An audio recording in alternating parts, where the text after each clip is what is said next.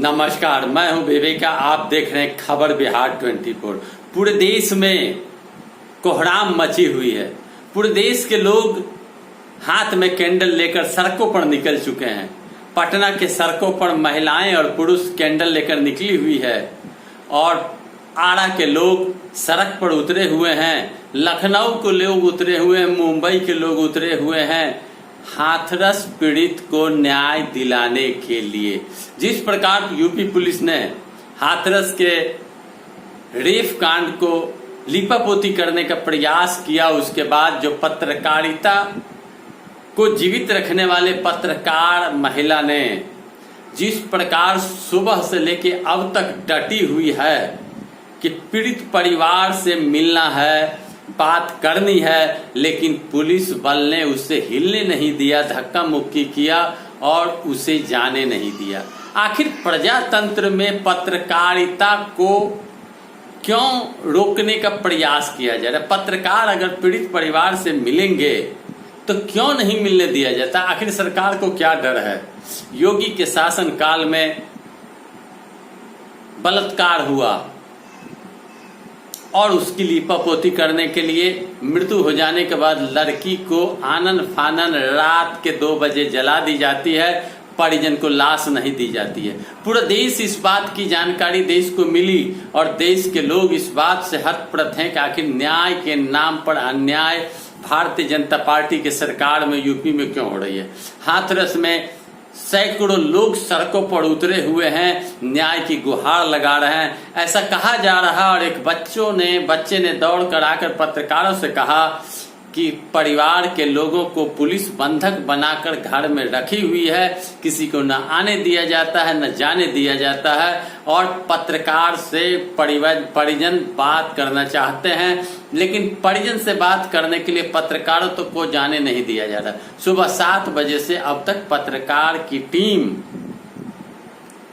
डटी हुई है, अड़ी हुई है कैंडल लेकर कि मुझे मिलने दिया जाए, लेकिन अब तक प्रशासन ने मिलने नहीं दिया। और इस मुहिम को चलाने वाले पत्रकारों की इस आवाज को पूरे देश ने देखा और पूरे देश के लोग सड़कों पर उतर चुके। जंतर मंतर दिल्ली का हो, पटना, लखनऊ, आरा सहित मुंबई, मध्य प्रदेश, राजस्थान, सारे इलाके के लोग सड़कों पर कैंडल निकल चुके हैं और हाथरस में भी पब्लिक अब घरों से निकलना प्रारंभ कर दिया और पत्रकार के समर्थन में उठ खड़े हुए हैं। पत्रकार की पत्रकारिता करने से प्रशासन पुलिस क्यों रोकती है? रेप हुआ, लड़की मरी, लाश जला दी गई, परिजन को बंधक बनाने की बात कही जा रही है और वहां के जिला पदाधिकारी परिजन को धमकाने भी गए थे, जो वीडियो भी वायरल हुआ। अब क्या बचा? क्या आप सोचते हैं क्या आपकी बेटी सुरक्षित है? क्या आपकी घर की बहुएं सुरक्षित है? क्या यह हिटलर शाही सरकार कब तक अन्याय करती रहेगी? और हिटलर शाही सरकार के शासन काल में पुलिस कब तक अन्याय करती रहेगी? आखिर किसका आदेश है? पुलिस पूरे गांव को घेर कर रखी हुई है, सड़कों पर ब्रैकेटिंग लगा दिया है, लोगों को आने जाने नहीं दिया जा रहा, गांव के लोगों को भी रोका जा रहा है और आधार कार्ड देख के जाने दिया जा रहा है। आखिर क्यों? पत्रकार को पत्रकारिता करने नहीं दिया जा रहा है। कहा जाता है कि देश के चौथे स्तंभ होते हैं पत्रकारिता और पत्रकार। आखिर चौथे स्तंभ को खंडित करने का प्रयास क्यों किया जा रहा है? देश में बहुमत की सरकार बनी तो अन्याय प्रारंभ हो गया। यूपी में बहुमत की सरकार बनी तो अन्याय शुरू हो गया। विपक्ष के नेता राहुल गांधी तक को धक्का देके गिरा दिया जाता है। प्रियंका गांधी भी साथ थी, हजारों लोगों को पुलिस ने लपेट दिया। कहा जाता है कि मुकदमा तक दर्ज कर दिया गया। कब जागेंगे आप? कब सोए हैं तो जागेंगे? कब आप सड़कों पर निकलेंगे? जब परिवार के लोगों के साथ अन्याय हद से गुजर जाएगी। जिस लड़की का बलात्कार हुआ उस लड़की ने जीवन और मौत से लड़ते लड़ते मर गई। निर्भया कांड के तरह अब लोग उठ खड़े हुए हैं, फांसी देने की बात लोग कहते हैं। यह मोदी के शासन काल में, योगी के मुख्यमंत्री काल में यूपी के हाथरस की घटना है। मोदी जी ने योगी को मुख्यमंत्री बनाया, आखिर क्यों लिपापोती करी जा रही है? किसे बचाने का प्रयास किया जा रहा है और क्यों बचाने का प्रयास किया जा रहा है? क्यों नहीं परिवार के लोगों से पत्रकारों को मिलने दिया जा रहा है? क्यों लोगों को सड़कों पर उतरना पड़ रहा है कैंडल लेकर? महिलाएं अब आवाज उठा रही है कि बेटी पढ़ाओ बेटी बचाओ का नारा निरर्थक हो गया। पूरे देश में लोग सड़कों पर आ रहे हैं। अब देखना यह है कि परिजन से कब मिलने दिया जाएगा पत्रकारों को, कब तक सच्चाई को दबाए रखा जाएगा, कब तक सच्चाई पर पर्दा डाला जाएगा। एसआईटी टीम गई हुई है, जांच कर रही है, जांच के बाद मिलने दिया जाएगा। इस बात को दोहराते दोहराते पुलिस सुबह से शाम कर देती है, लेकिन एसआईटी की जांच अब तक खत्म नहीं हुई। जब लड़की स्वयं बयान दी है और स्वयं उसने बताया है कि मेरे साथ बलात्कार हुआ और मेरे साथ अन्याय हुआ, मर गई, तो फिर अब क्या मतलब बनता है? आखिर किसके लिए प्रशासन इतनी बड़ी व्यवस्था करके लोगों को रोक रखा है? आखिर ना नेता को जाने दिया जाता, ना पत्रकार को जाने दिया जाता। क्या प्रजातंत्र नाम की कोई चीज रही या नहीं? क्या संविधान माखौल बनकर रह गया? संविधान की अब कोई कीमत भारतीय जनता पार्टी सरकार में नहीं है? आखिर क्यों? कब बेटी की सम्मान बचेगी? कब बेटी को सुरक्षा मिलेगा?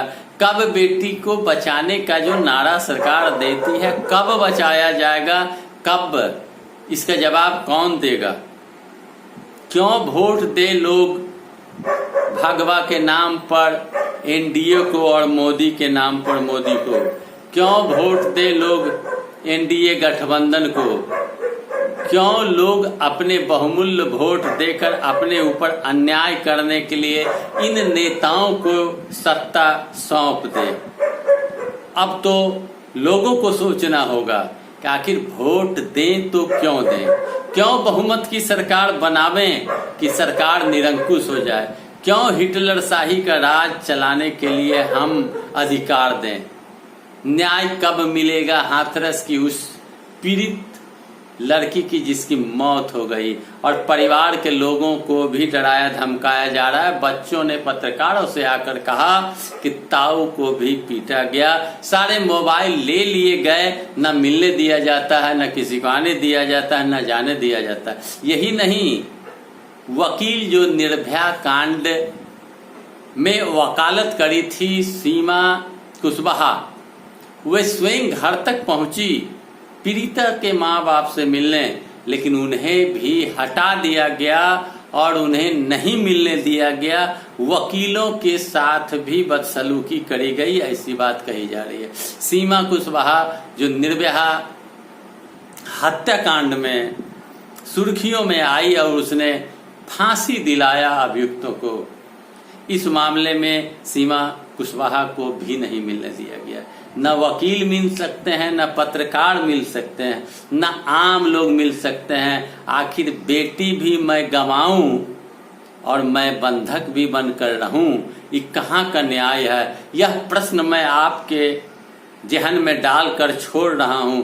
कब निकलेंगे आप सड़कों पर? कब कैंडल जलाएंगे? कब आप मांग करेंगे? कब आप जात पात से ऊपर उठेंगे? कब आप हिंदू मुसलमान की नारा को भूलेंगे? कब आप मंदिर मस्जिद को भुलाएंगे? आप कब संविधान की रक्षा करेंगे? कब न्याय की बात करेंगे? कब महिला की रक्षा की बात करेंगे? कब अपने आप की रक्षा की बात करेंगे? कब अपने परिवार को महफूज देखना पसंद करेंगे? यह आपको फैसला करना है। मैं फिर आपसे कहता हूँ, जागो, उठो, संघर्ष करो। अहंकारी सरकार और निरंकुश सरकार को वोट देने का कोई मतलब नहीं बनता और ना वोट लेने का अधिकार है। मेरा वीडियो आपको कैसा लगा? अच्छा लगा तो लाइक करें, शेयर करें, कमेंट करें, सब्सक्राइब करें मेरे चैनल को। धन्यवाद।